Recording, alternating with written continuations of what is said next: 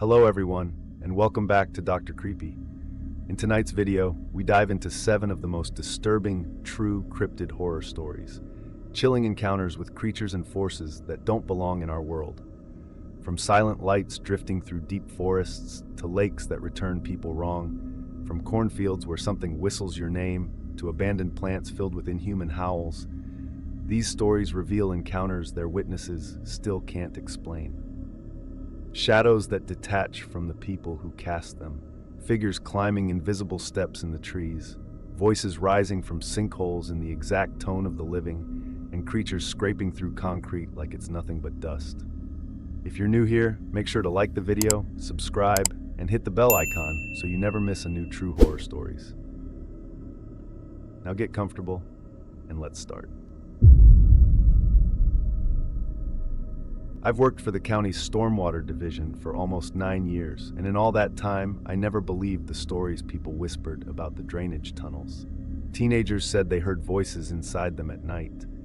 Old folks in town claimed the tunnels ate people, and more than one missing person report mentioned the culverts by name. I always dismissed it as superstition. Concrete doesn't hunt people. Water doesn't mimic voices. At least, that's what I thought until last September. My job is simple: inspect the tunnels after storms, clear debris, make sure nothing is blocking water flow. The tunnels run under the whole town, stretching miles underground, big enough for a person to walk inside if they ducked. Most days they're dry. After rain, they become deep, roaring rivers. On the night that everything changed, we just had 3 days of non-stop rainfall. Trees were uprooted, yards flooded, and half the town's drainage grates were clogged with branches and trash. My supervisor called me at 9 p.m., telling me I needed to check the north end flood tunnel under Briar Road. He said water readings were acting weird. That phrasing, acting weird, already put me on edge. Still, it was my job. I drove out there with my equipment, flashlight, waders, a measuring pole, and a portable flood gauge.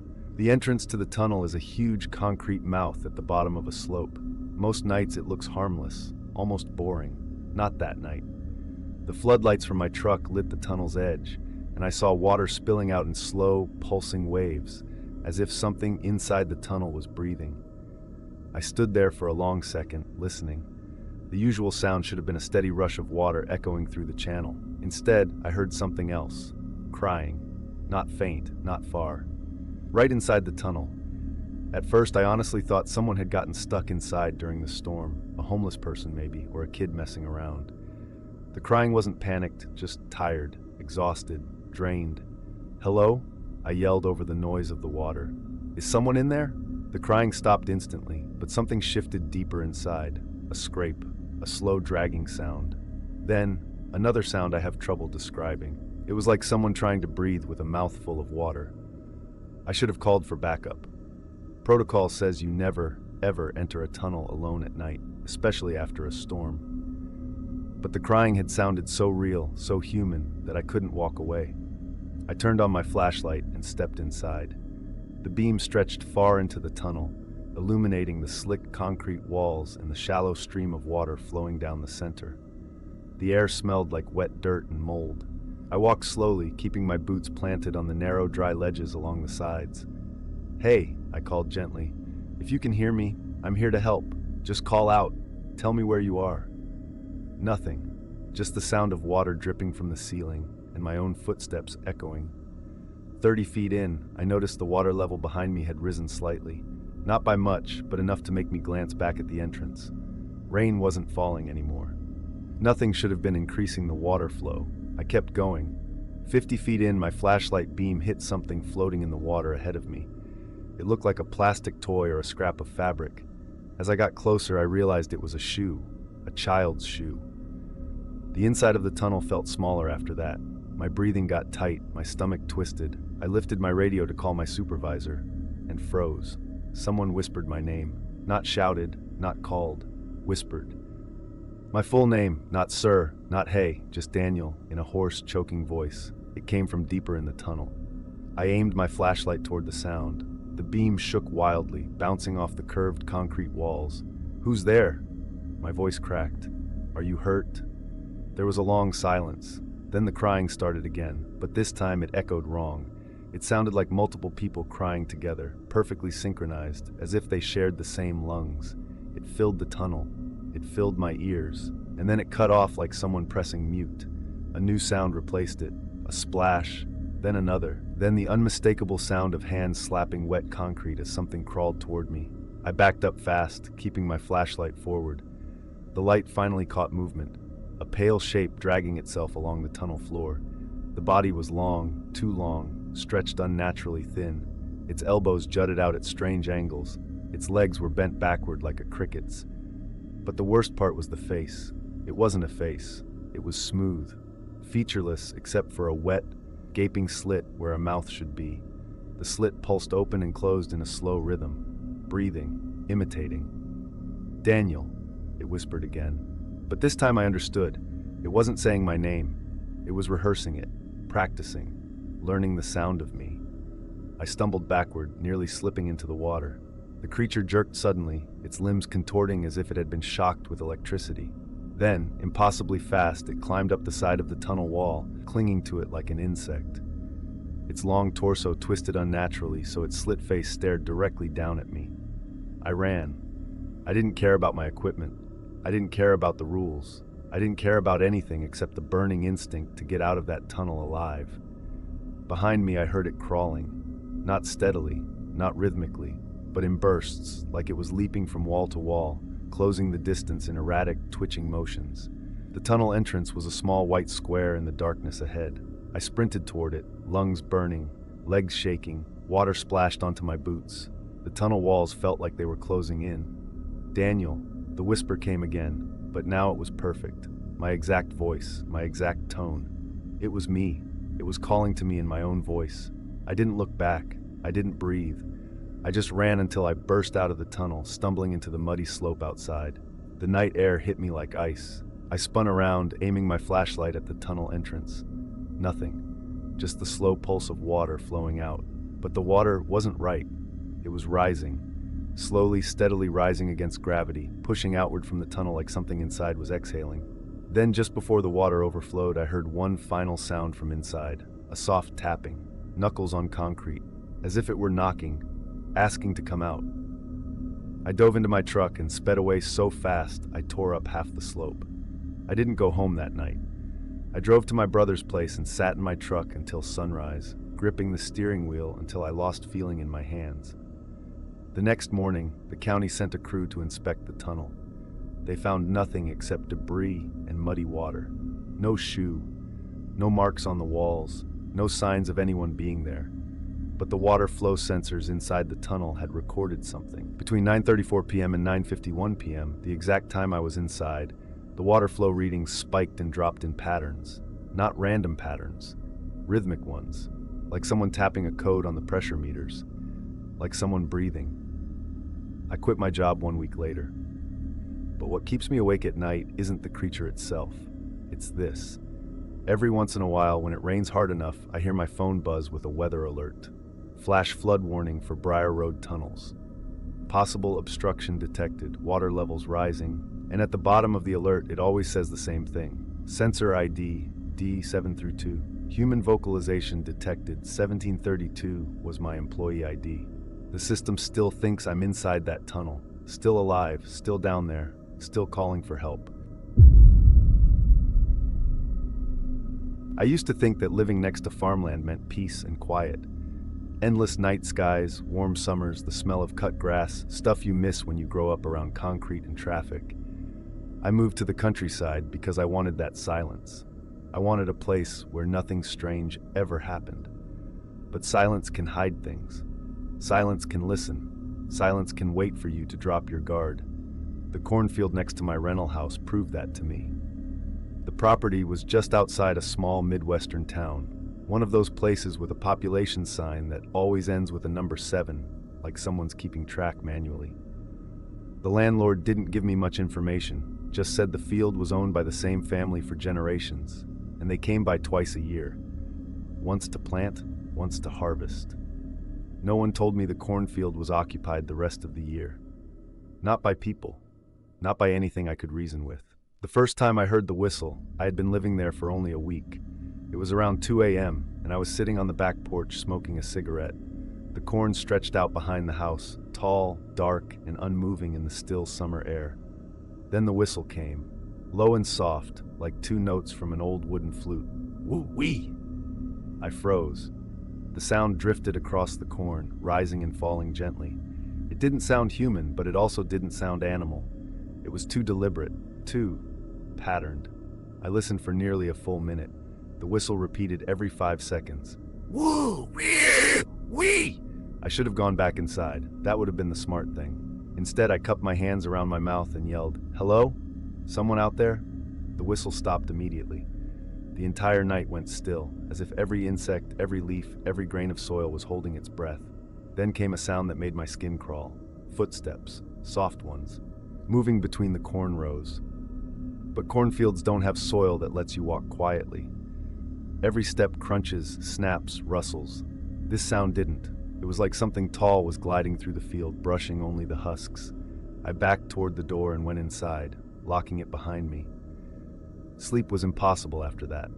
The next morning, curiosity outweighed fear.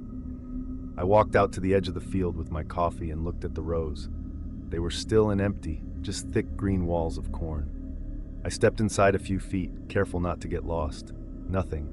No footprints, no signs of movement. I convinced myself it was wind or some kind of bird call.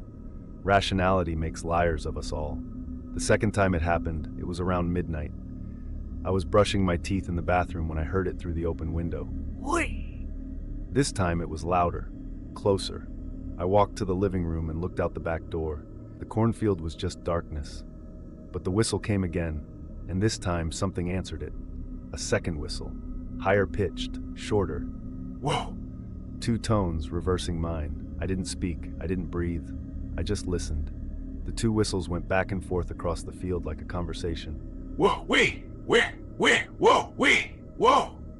Then they stopped. I snapped the curtains shut and spent the night on the couch with the lights on. By the third incident, fear had transformed into something worse, paranoia.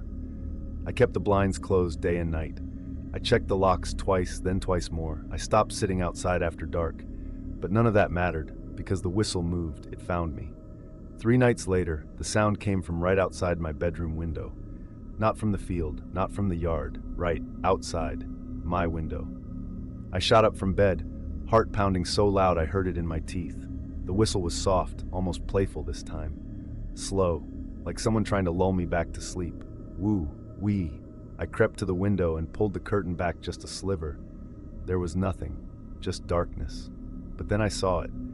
The corn closest to the house was moving, not swaying, not bending from wind, but shifting, tilting inward, as if something tall was gently pushing them aside as it stood just out of sight. The entire row leaned closer to the house, like a throat craning toward a whisper. I let the curtain fall shut and backed away. That night, I didn't sleep. The next day, I drove into town and asked the owner of a local hardware store if he'd heard anything strange in the fields around my house. He stared at me too long, then said, "You're renting the old Miller place, right?" "Yeah." "Then don't go out at night, and don't answer if something calls for you." I asked him what that meant, and he motioned for me to lower my voice. "Back in the 80s, he whispered, 3 kids went missing near that cornfield. All anyone heard was whistling." He didn't elaborate, and I didn't want him to. That night, things escalated. I was sitting on the couch, lights off, TV on low volume, trying not to think about the field, trying not to think about the whistle. Then my TV cut out, audio gone, screen black. At the exact same moment, the whistle came from the living room window. Woo-wee! Louder than I'd ever heard it, like it was pressed against the glass. My blood went cold. I didn't move. I just stared at the window. Something scraped against the other side, slow, dragging nails, long ones. Then it knocked. 3 gentle taps, like it was being polite. I whispered to myself, "Don't answer." The whistling stopped. The entire house went silent. Then, whoo! The second whistle, the higher one, from the back door. 2 of them, one at each entrance. They were circling me. My heart hammered so hard I felt dizzy. I didn't know what they wanted, but it was clear they were getting closer every night, testing boundaries. I crawled into the hallway, sat against the wall, and dialed 911. The operator asked my address, and I gave it, trembling. She asked what the emergency was. Before I could answer, a voice whispered behind me, "Woo, we." I dropped the phone and ran to the bathroom, locking myself inside. The operator was still on the line. I heard her tiny voice through the dropped phone saying, "Hello, sir? Are you safe?" But I couldn't pick it back up because something was outside the bathroom door, breathing, slowly, deeply. Then it whistled. Not the two-tone sound I'd heard, not an imitation, but a long rising whistle that lasted almost 15 seconds. A whistle from lungs no human should have. The doorknob twitched, just once. Testing. I pressed my back against the door and held my breath until I thought my lungs would explode. 5 minutes passed, then 10, then 20. Silence returned. A deputy arrived 30 minutes later. He searched the yard, the windows, the whole property. He didn't find footprints. He didn't find broken branches. He didn't find anything out of place. But when he stepped into the entryway, he froze. "Terry?" he called out to his partner. "You see this?" He pointed at the front door. On the inside of the glass, facing the house, were 2 long smears. Not fingerprints, not handprints. Smears like someone with wet, elongated fingers had dragged them slowly down the glass while looking in. The deputy swallowed hard and asked, "These here before tonight?" I shook my head. He stared at the glass for a long, long time. Then he said, "You should think about moving." I didn't need convincing. I packed everything before sunrise and left that house without looking back. The landlord kept my deposit, claiming I'd damaged the window with fingerprints. I didn't argue. I didn't care. But the story doesn't end there. 2 weeks after I moved to a different town, I got a voicemail from the hardware store owner who'd warned me. He said they harvested the Miller cornfield early. Something was in there. He didn't specify what, but I heard it in his voice. He was afraid. And then, as he hung up, the last 3 seconds of the voicemail made my blood run cold. Soft, slurred, too close to the microphone. A whistle. Wait! But this one didn't come from the voicemail. It came from my window, behind me. And when I turned, the leaves of the tree outside were tilting toward the glass, just like the corn rows had, like something tall was standing behind them, listening, mimicking, waiting for me to look away. I didn't sleep that night. And sometimes, even now, I hear faint whistling outside my new apartment, 2 tones drifting up the street, not loud, not close, but patient, always patient. When the sinkhole appeared, I didn't think much of it. Our backyard had always been soft after rain, muddy, uneven, the kind of ground that swallowed your boots if you weren't careful. But this wasn't a puddle or a sagging patch of earth. It was a hole, a perfectly round one. 6 feet wide, maybe 8 feet deep, and it appeared overnight. My wife, Hannah, noticed it first. I heard her calling from the yard early that morning, her voice tight and thin. "Daniel, come look at this." I walked outside with my coffee and nearly dropped the mug. The grass around the hole had peeled inward, like something pulled the ground down from below, rather than the soil collapsing naturally. I peered over the edge. The sides were smooth, too smooth, like the soil had been carved away. At the bottom, there was a puddle of muddy water, still and dark. I tossed a small stone inside, listening. It didn't splash, it didn't sink, it didn't even ripple. It made a dull, soft sound, like it landed on a sponge. That was the first thing that felt wrong. The second thing happened that night. Around 2 a.m., I woke up to a sound I couldn't place. Not footsteps, not wind, not rain. It was rhythmic. Tap, tap, tap. It took me a moment to realize it wasn't coming from the house. It was coming from the backyard. "Do you hear that?" I asked Hannah, but she was already awake, staring at the ceiling. "It's coming from the hole," she whispered. I looked out the window and saw nothing but darkness. But the tapping didn't stop. It continued for nearly 20 minutes. Slow, deliberate, patient. Not frantic, not random, intentional. In the morning, we found nothing at the bottom of the hole. No animal tracks, no branches, no debris. But the water level had risen by at least 2 inches, even though it hadn't rained. I told myself it was groundwater. I told myself a lot of things. 2 days later, the tapping changed. It sounded closer, almost as if something inside the hole was knocking on the dirt walls instead of the bottom. The rhythm was wrong now. Faster, like fingers instead of knuckles. My dog, Jasper, refused to go into the yard at all. He'd plant his feet and whine, trembling until we dragged him back inside. Even the neighborhood stray cats that used to lounge in our yard stopped coming by. Animals know things. They know before we do. On the fourth night, I made a mistake. I got too close. It was just after midnight. I couldn't sleep, and the tapping had begun earlier than usual, this time mixed with a strange, low hum. I grabbed my flashlight and stepped outside, ignoring Hannah's protests. The closer I walked to the sinkhole, the colder the air felt, like a winter front passing through a summer night. I aimed the light down. Something moved, not fast, not sudden. Just a slight shift in the water, like something beneath the surface was slowly rising. Jasper barked from the porch, a sharp, panicked bark. I turned to hush him when a voice drifted up from the sinkhole. My own voice. "Daniel." I stumbled backwards so fast I tripped on the grass, the flashlight falling from my hand and rolling to the edge. The voice called again. "Daniel, help me." It sounded distorted, wet, like someone speaking with their mouth full of water. But it was unmistakably my voice. I crawled forward just enough to grab the flashlight and backed away again, shining the beam downward. The hole was quiet now, still, but the water at the bottom was no longer flat. It pulsed gently, like a heartbeat. I ran back inside and locked the door. Hannah stared at me. "What did you see?" My mouth went dry. It spoke. What spoke? I don't know. We slept in the living room that night with all the lights on. The next morning, I called a local excavation company, telling them we needed the hole filled immediately. They agreed to come the following afternoon, but the hole didn't wait for them. Around 11 p.m. that night, the tapping returned, this time frantic. Fast, erratic, desperate. Tap, tap, tap, tap. It sounded like dozens of fingers drumming on the soil. Hannah grabbed my arm. "Don't go out there this time." I didn't plan to, but curiosity is a sickness. Fear makes you stupid. Silence makes you brave in the worst possible ways. I opened the back door just a crack. The tapping stopped instantly. The yard went silent, completely silent, not even insects. Then I heard breathing. From the hole, slow, gargled, thick breathing, as if something enormous was just beneath the surface, inhaling through water. I slammed the door shut. An hour later, we heard something else, scratching. Not from the bottom, not from the sides, but from the rim of the hole. Whatever was inside was climbing. Hannah grabbed the phone to call 911. I told her not to. What would we even say? Something is climbing out of a hole we didn't report earlier because we were afraid people would think we're insane. She didn't press the issue, because the moment she picked up the phone, the scratching stopped. Total silence filled the yard, a perfect hollow stillness that pressed against the windows.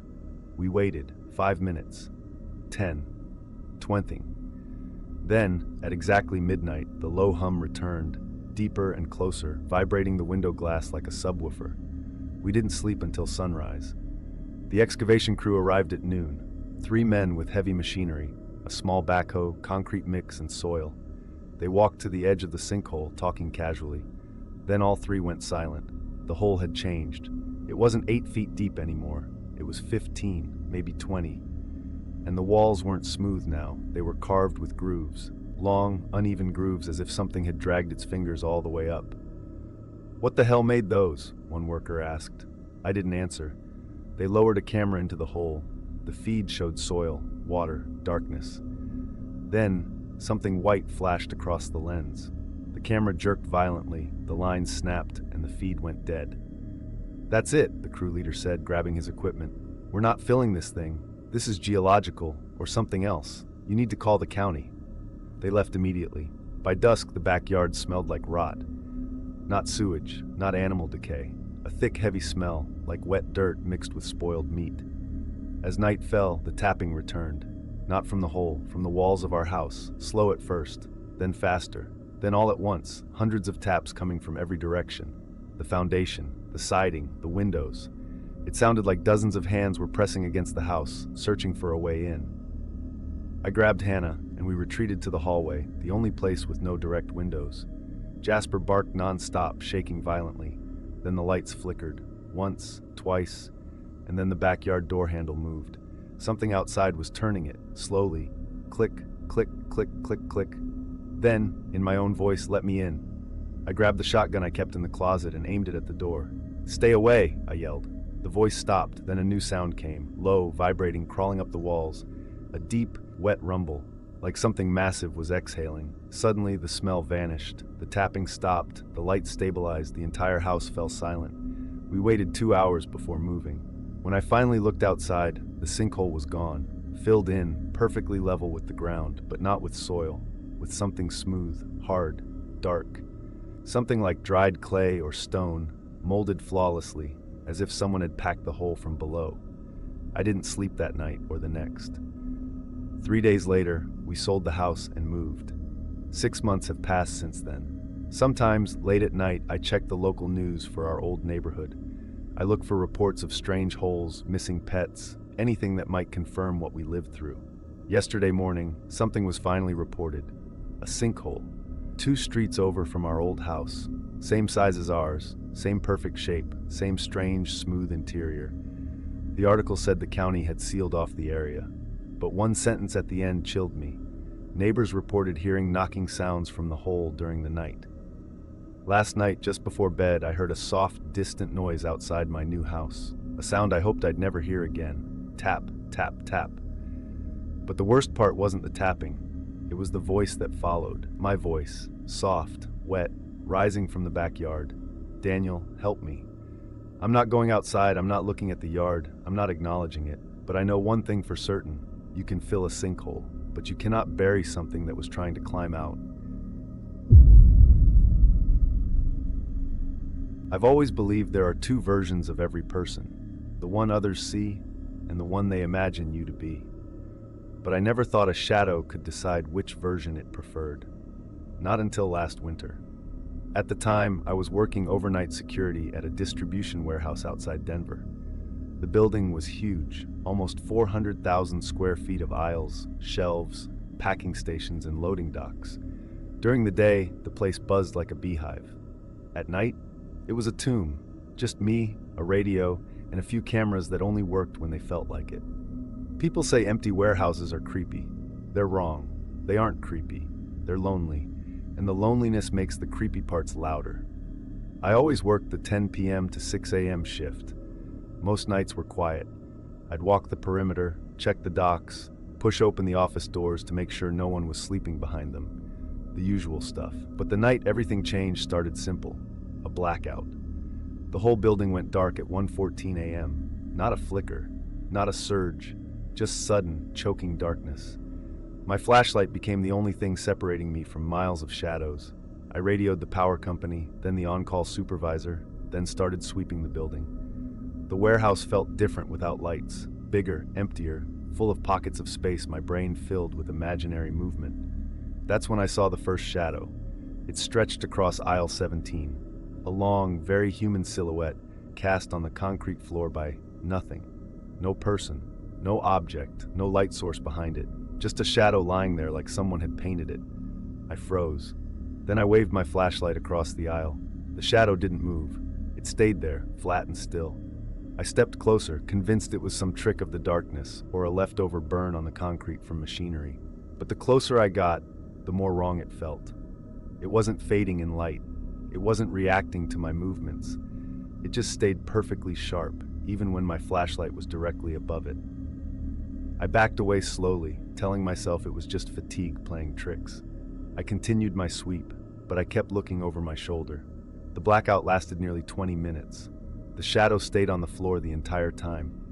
When the power finally came back on, the shadow vanished instantly, snuffed out like it had never been there. But that was only the first time I saw it. The second time was worse. A week later, another blackout hit at 3:22 a.m. This one wasn't building-wide. Only my section, rows 15 through 22, went dark. The rest of the warehouse stayed lit, humming normally. I walked into the dark zone, thinking a breaker had tripped, and I saw it again.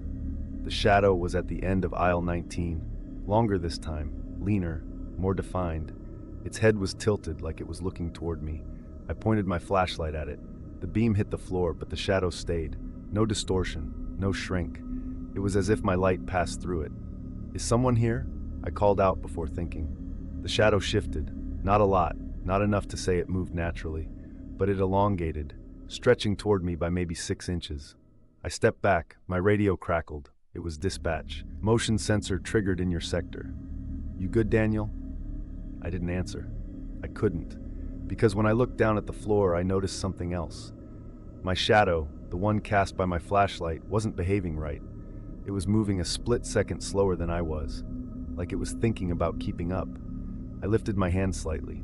My shadow lifted its hand, slower, like a delayed reflection in a bad video call. "That's not possible," I whispered. Behind me, at the end of the aisle, the darker shadow, the wrong one, tilted its head again, as if watching, as if comparing, as if choosing. I bolted out of the aisle, nearly tripping on a pallet, and didn't stop running until I was in the break room under full lighting. That was the night I started dreading my own shadow. The third time, it touched me. I was in the warehouse office, checking the camera feeds. Half of them were static as usual, but something felt off. The room felt colder. The hum of the lights sounded thinner. I looked down. My shadow wasn't beneath me. It was behind me, stretching along the wall, not where my body was, not where the light fell, but rising up behind me like a second figure. It pressed close as if leaning over my shoulder. I stood perfectly still. Then something icy dragged across the back of my neck. Not air, not cold, a pressure, like someone pressing their palm lightly against my skin. My breath hitched. The shadow on the wall tilted its head. I turned around. Nothing there. When I looked back at the wall, my real shadow returned to normal. Flat, obedient, boring. But I knew what I felt. Something had touched me. It escalated from there. At home, strange things began happening. When I showered, I'd look down and see my shadow facing the wrong way, turned toward me even though I faced the wall. In the kitchen, my shadow would arrive a half second before I did, sliding onto the floor from around the corner like it had been waiting. Sometimes when I blinked, I'd swear it moved just a little too quickly back into place. I started keeping the lights on at night. It didn't help, because shadows aren't tied to darkness, they're tied to light, and light exists everywhere. The night it chose me, I was walking through the warehouse hallway during my shift. The blackout hadn't happened. Everything seemed normal. And then I saw footprints, not real ones, shadow footprints. Blackened shapes on the floor, as if invisible feet were walking in front of me, one step, then another, leading toward the loading docks. I followed them stupidly. Fear does that, staying several feet behind. The footprints moved in perfect rhythm, too steady, too slow, as if intentionally guiding. When I reached Dock 6, the air felt heavy. The overhead light flickered as if struggling. Then I saw it. My shadow detached from me. It peeled off the floor like smoke lifting off asphalt. It rose up, tall and thin, not matching my shape anymore. Its arms lengthened unnaturally. Its head tilted the same way the first shadow in the aisle had.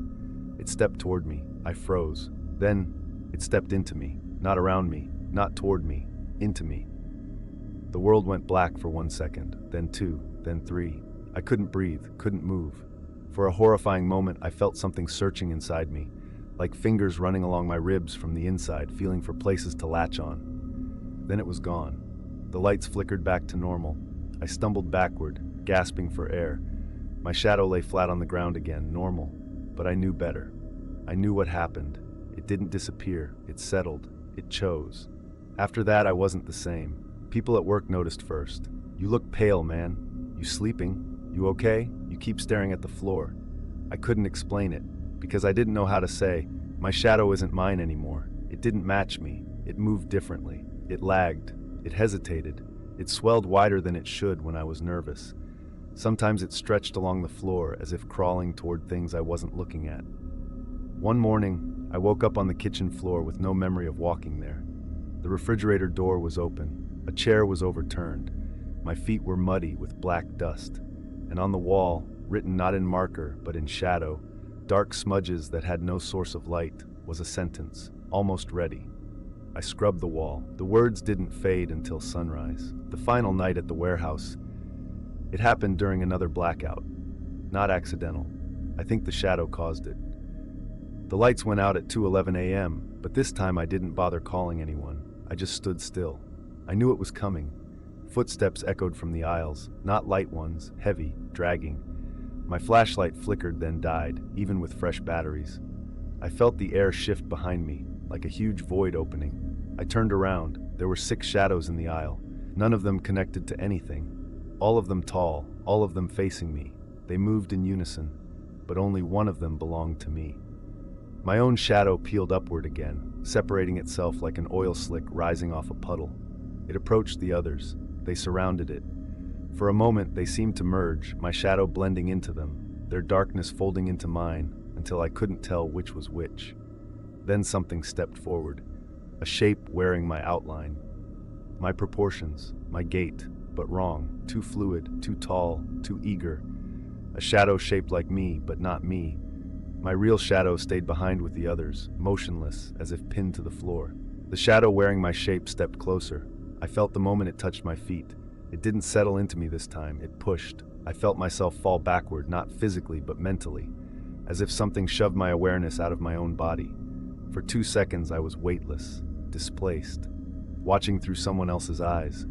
Then, a jolt, a collapse. My vision snapped back into place. I was lying on the warehouse floor. The lights buzzed back on. I sat up slowly. My shadow was normal again, or so it seemed, but I felt different. Off, tilted, like a picture hung slightly crooked. When I stood, my balance felt wrong, my weight shifting too far forward, as if something inside me leaned first before the rest of me followed. I quit the next morning. You might think this is the end. It isn't. Because shadows aren't tied to where you are. They're tied to who you are. I see subtle changes every day. When I walk past windows, my reflection lags. When I turn corners, I sometimes glimpse a second shape behind me. When I look at my shadow on the sidewalk, it stands a little straighter than I do. 2 nights ago, while brushing my teeth, I looked down and saw my shadow in the mirror. But shadows don't appear in mirrors. Reflections do. Whatever stands behind me isn't copying anymore. It's practicing, perfecting, getting ready to replace something else. Last night, while trying to sleep, I felt a cold pressure on my chest, light at first, then heavier, until my breath came in sharp, ragged pulls. I looked at the wall across the room. My shadow wasn't on the floor. It was standing on the wall, upright, hands pressed forward like it was trying to push its way out of the surface, its head tilted toward me. Just like the first time, I think it wants my place. I think it's almost done learning. And I think if you see your shadow move 1 second too slow, it's already watching you, waiting, choosing. I used to work maintenance for the state highway department, mostly repairing fence lines and clearing debris after storms. It wasn't glamorous, but I liked the quiet. I liked being out on long stretches of country road where nothing happened except the weather. I liked hearing nothing but wind and the occasional truck engine echoing miles away. That stretch of peace ended the night I met the stair runner. People in town had whispered about him for years, calling him a ghost, a trick of the moonlight, a hallucination from tired drivers. I thought it was nonsense. I didn't believe in the paranormal. I didn't believe in anything I couldn't measure. But I couldn't measure what I saw that night. It was late October, cold enough that my breath fogged the windshield. I had been sent out to inspect a damaged guardrail on a rural highway that cut through dense forest. Most of the road had no shoulder, just steep drop-offs into trees that looked black in the dark. I remember glancing at the clock as I pulled up to the site, 2:08 a.m. The highway was deserted. No headlights, no taillights, nothing but distant static on my radio as I stepped out of my truck with a flashlight. The wind was dead still, no rustling leaves, no shifting branches, just the quiet hum of the idling engine. When I aimed my flashlight down the damaged guardrail, I saw torn metal, a ripped-up section of dirt, and tire tracks veering toward the embankment. Probably a drunk driver, probably lucky enough to walk away. But then I saw footprints, not normal ones, bare feet, long, narrow, deep in the cold mud. The stride was wrong, too long, too wide, like someone had been lunging or leaping. They started at the torn-up section of dirt, crossed the shoulder, and disappeared into the trees. No sign of blood, no sign of clothing, just bare, wet footprints heading straight into the forest. I followed them with my flashlight beam, but the beam only pierced about 20 feet before being swallowed by darkness. Something about the prints made me uneasy, so I backed away and returned to my truck. I decided to document the guardrail and leave the rest for morning. I had just started writing when my radio cracked. A long burst of static, then a voice, thin and distorted. "Do not go into the tree line." I froze. "Control?" I said. "Repeat that?" Nothing. Static. Silence. I waited 30 seconds before chalking it up to interference. Highway radios were old and unpredictable. I went back to work, but I couldn't shake the feeling that something was watching me. When I finally finished taking photos, I shut off the camera and looked up at the forest. That's when I heard it, a soft thump. Then another, getting louder, closer. It didn't sound like footsteps on soil. It sounded like feet hitting something solid, something hollow, wood, hardwood. The same rhythm someone would make if they were climbing stairs. One step, another. Except there were no stairs in the forest. I scanned the trees with my flashlight, and the light caught something pale between the trunks, something moving upward at an angle. At first, I thought it was a reflection. Then the figure stepped fully into view. A tall, thin man with tangled hair, wearing nothing but torn shorts. His skin was grayish, stretched tight over sharp bones. His limbs were long, too long, and his knees bent slightly inward with every step. He wasn't climbing anything. He was running upward. His feet hit the air like invisible steps rising between the trees, smooth, precise, practiced. He climbed 10, 15, 20 feet above the ground without ever touching a branch. My stomach dropped. My flashlight shook. The man paused midair, one foot lifted onto an invisible riser, and turned his head toward me. Even from far away, I felt his eyes lock onto me. There was no expression on his face, no curiosity, no malice, just awareness. I backed up instinctively. He moved again, slow, deliberate steps downward, but not toward the ground, toward me, like someone descending bleachers, stepping into the space between us. Each footfall thudded against nothing I could see, but I heard it, every step. Louder, closer. I stumbled backward into my truck door, slammed it shut, and threw the vehicle into reverse. Gravel kicked up behind me. My tires spun. My heart hammered so violently I could barely breathe. The stair runner took one more step toward the edge of the forest. Then he stopped. Something changed in his posture. His shoulders tightened, and his head jerked slightly, like he heard something behind him or felt something move through the air. For a terrifying moment, I thought he was listening to me breathe. Then he pivoted on an invisible step, turned away, and sprinted upward into the trees once more, climbing nothing, until he disappeared into the darkness above the canopy. The forest went silent. So silent my ears rang. I stayed in my truck for 5 minutes, gripping the wheel, whispering to myself that I imagined the whole thing. But there were muddy footprints on the ground, fresh ones, deep ones, leading out of the forest. And while I watched, the prints slowly filled with water from melting frost, not enough to blur their shape, just enough to prove they'd been made minutes earlier.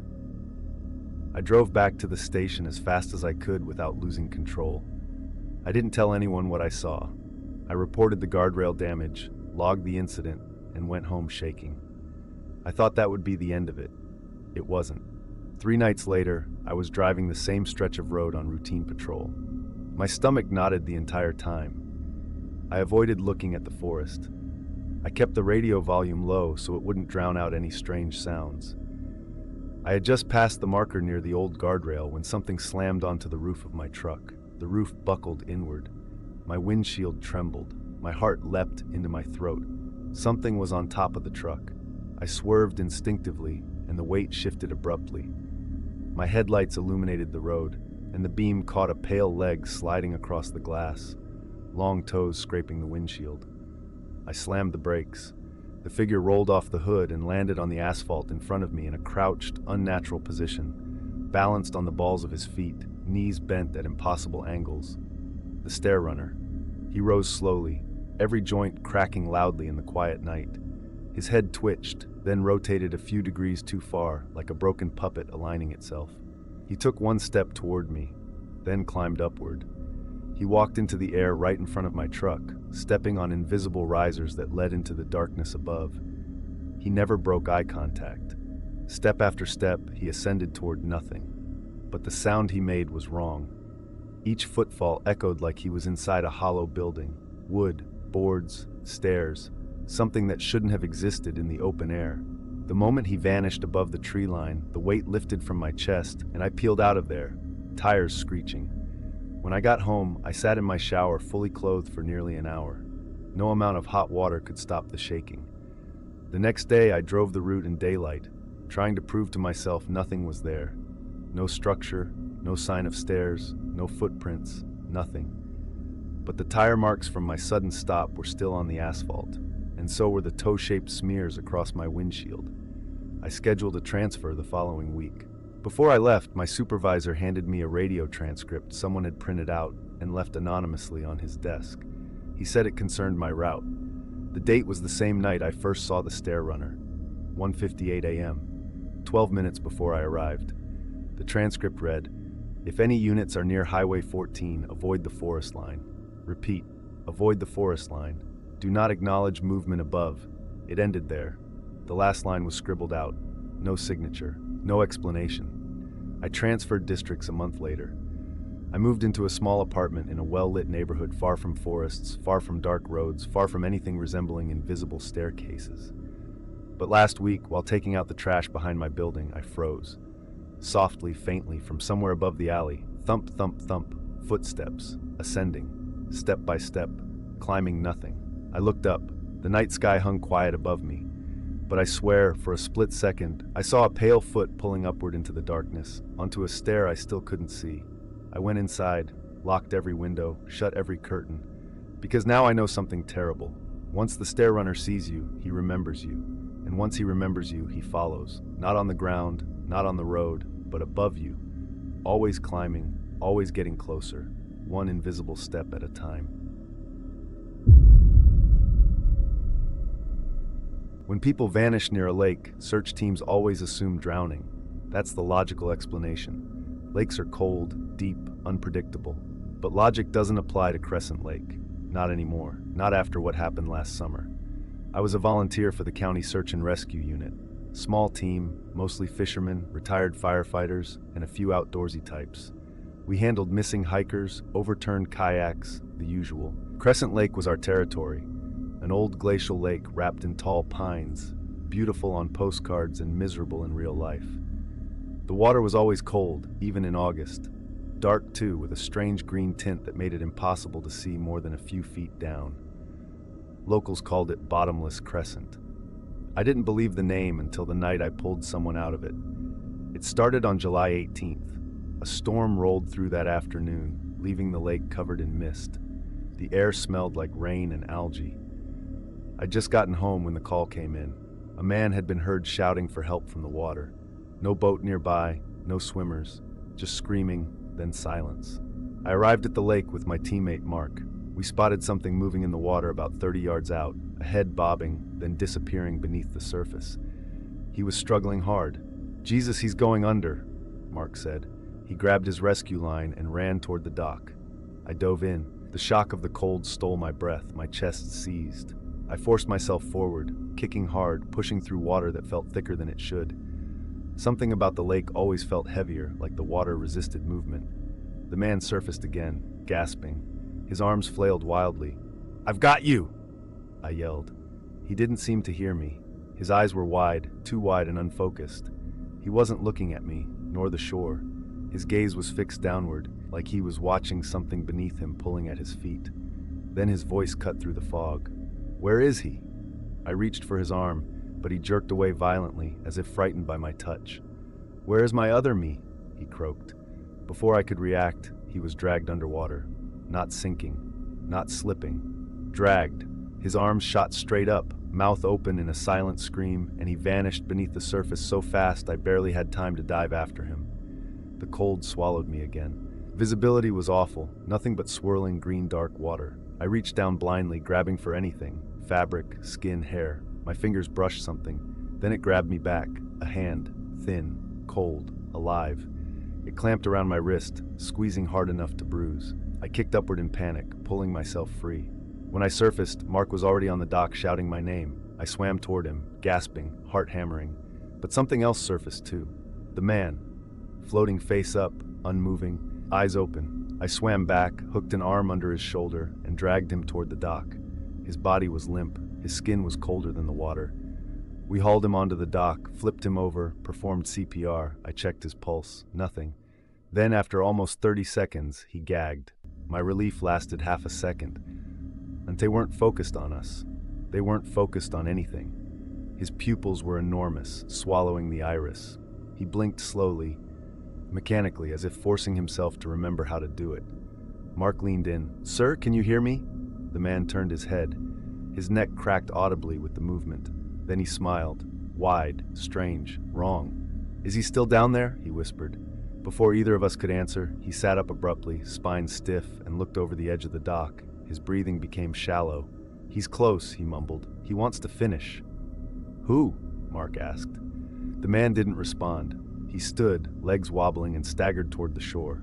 Not toward a vehicle, not toward the road, toward the tree line. We followed him, calling out, but he didn't turn back. In seconds, he vanished into the woods. We searched for hours. Nothing. No footprints, no sign of him. It was like he walked into the trees and dissolved. The sheriff told us to keep quiet about the details. "People panic," he said. "Tourism drops. Let's not make a scene." I tried to put it behind me, until the next incident. 2 nights later, a teenager went missing near the lake's north shore. He and his friends had been night fishing when they saw something floating in the distance. A body. They said the figure was lying perfectly still, face down. They debated calling 911, but before they could do anything, the body rolled over and grinned at them. They said its eyes were open, glassy, reflective, like the inside was full of water. The kid dropped his fishing pole and backed away. His friends ran. He didn't. He walked straight into the lake, fully clothed, no hesitation. They called us 10 minutes later. I arrived with searchlights, boats, ropes. The sheriff joined us. The teen's mother stood on the shore, wailing into her hands. We scanned the lake's surface, nothing. I swam along the shoreline with my flashlight, nothing. Divers went down for 20 minutes at a time, nothing. At 3:14 a.m., the radio crackled. Surface movement near the south dock. I sprinted there, expecting the worst. We found the boy standing in shallow water, waist deep, staring blankly ahead. Mud clung to his clothes, algae coated his hair.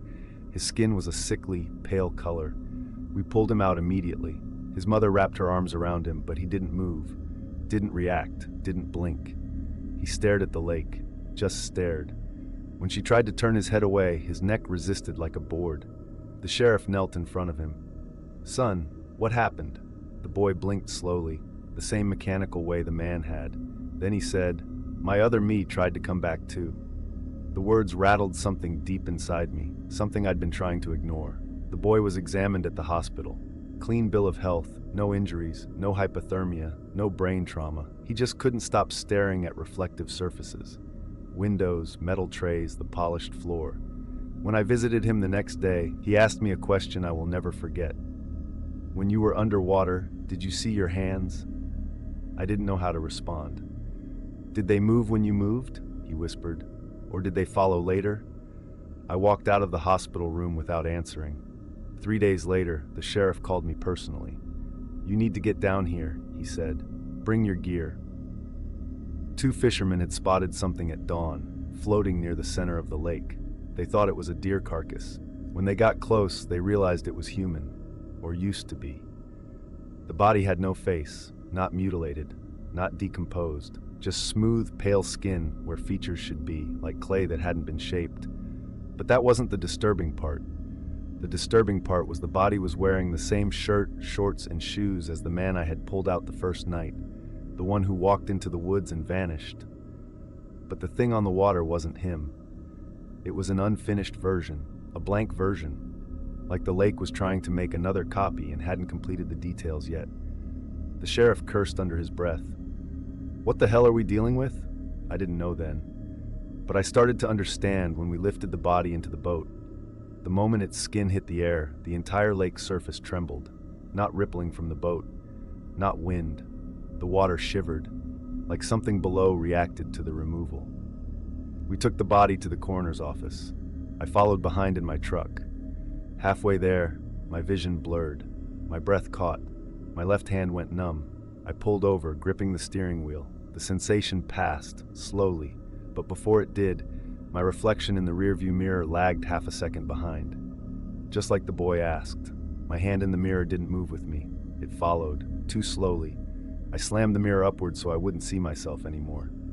That night, I researched Crescent Lake's history. I learned something horrifying. Over the last 50 years, 13 people had drowned there. 8 of the bodies were recovered. 5 were never found. But in every case where a body was found, fishermen reported something weeks later. A second body, similar, clothed the same, face blank, unfinished copies. Locals thought it was a sick joke or misidentification.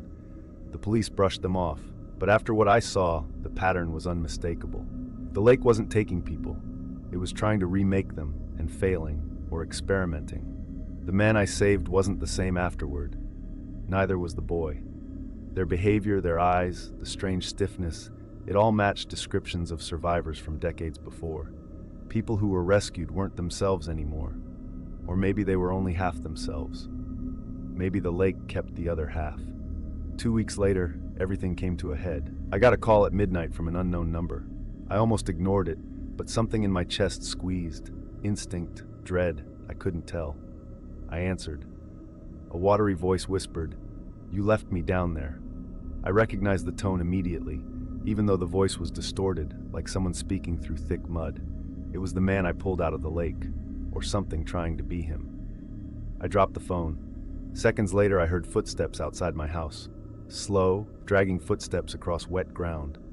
I grabbed my flashlight and went to the window. Someone stood at the edge of my yard. The man. Clothes dripping, skin pale, eyes wide, but his movements were wrong, jerky, delayed, like he was adjusting to gravity. He raised one hand. I flinched. He was holding something. My keychain, the one I'd lost at Crescent Lake 2 weeks earlier. I stepped back from the window. My hands trembled violently. He tilted his head at an unnatural angle.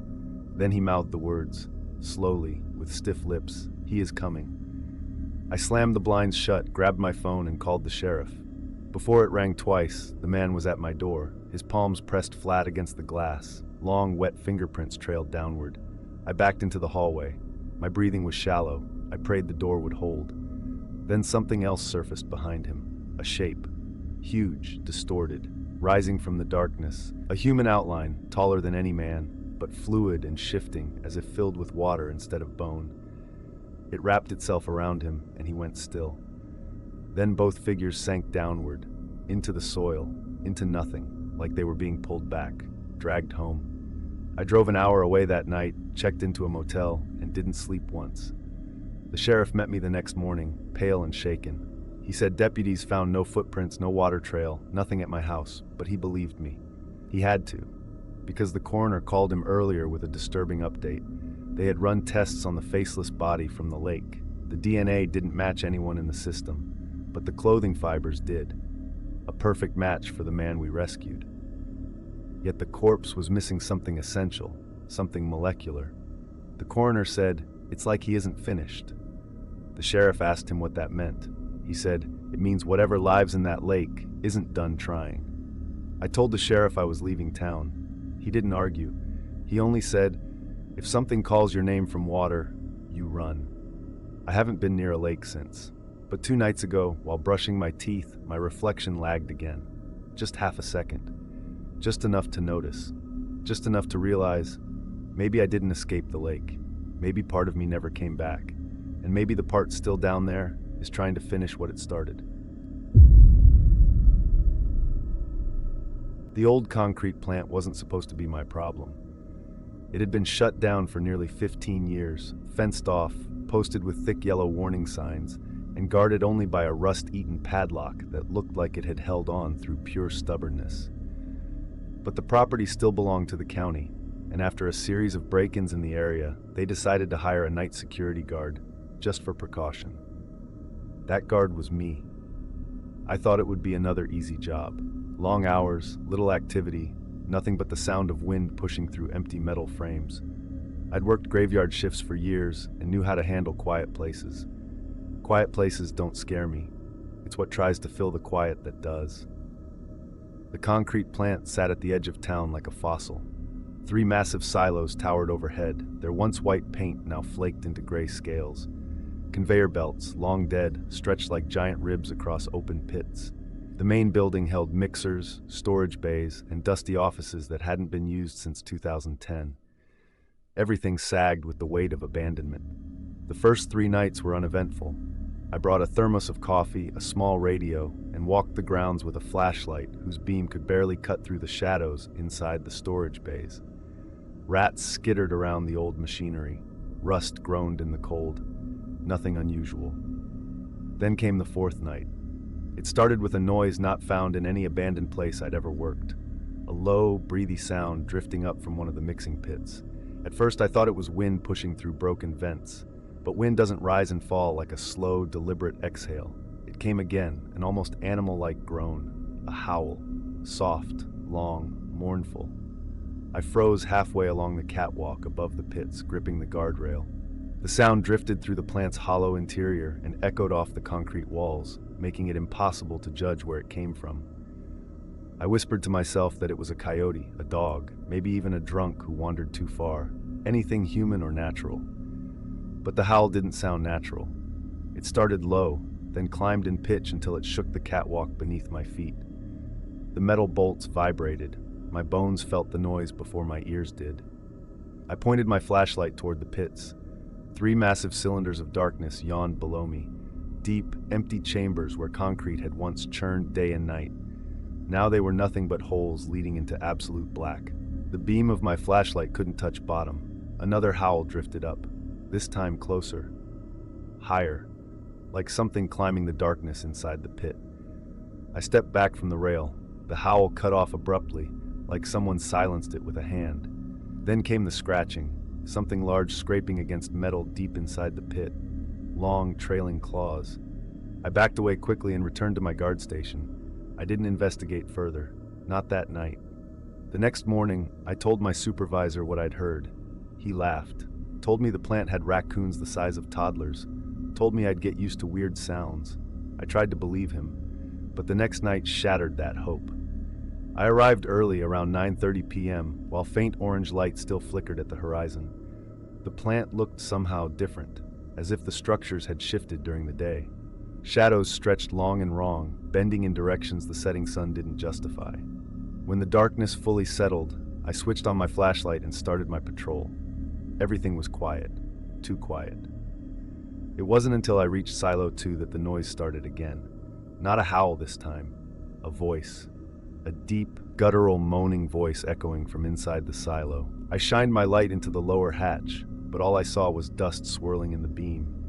The moan grew louder, vibrating the silo's metal sides like something huge was trapped inside. I leaned closer. The moan turned into a word.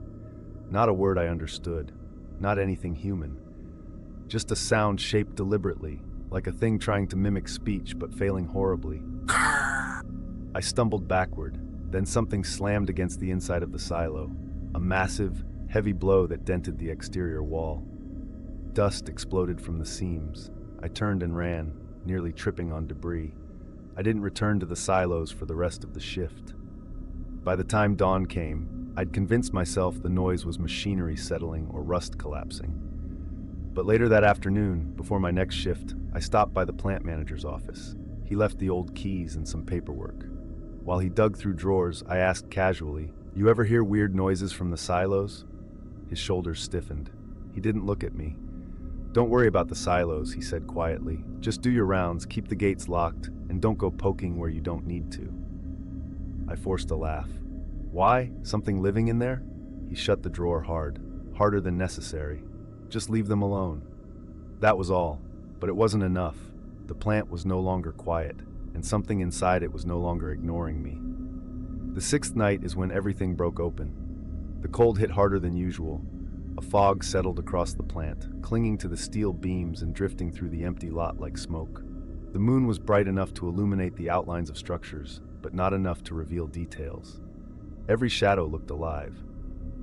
At 1 a.m., while I was inside the control room, the radio crackled, static at first, then a deep, guttural breath, followed by a soft, drawn-out howl.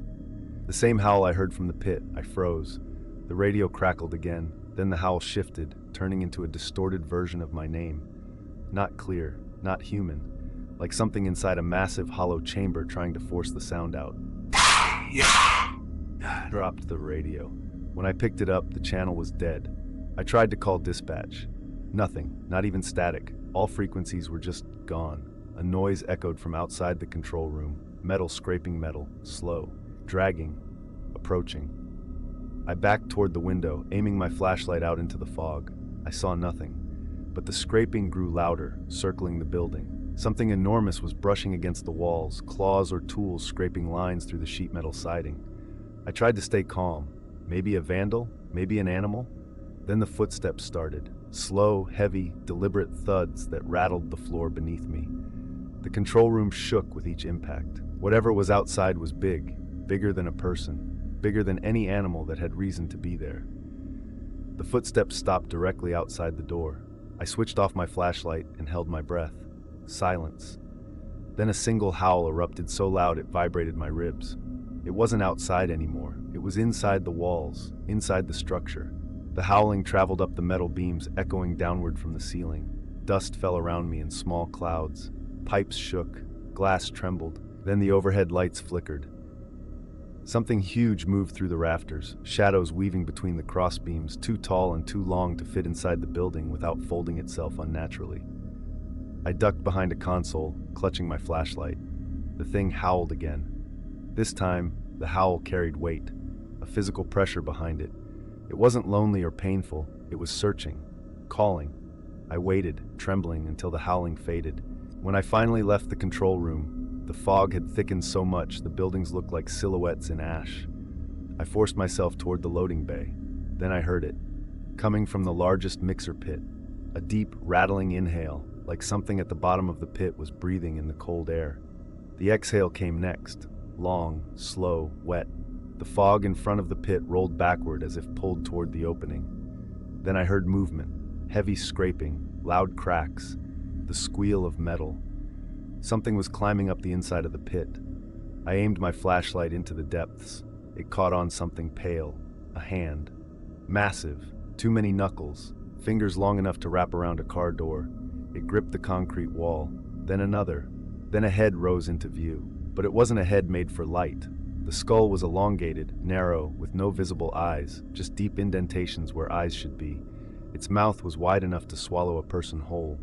And inside that mouth, jagged shards of cement and rebar jutted out like mismatched teeth. It howled.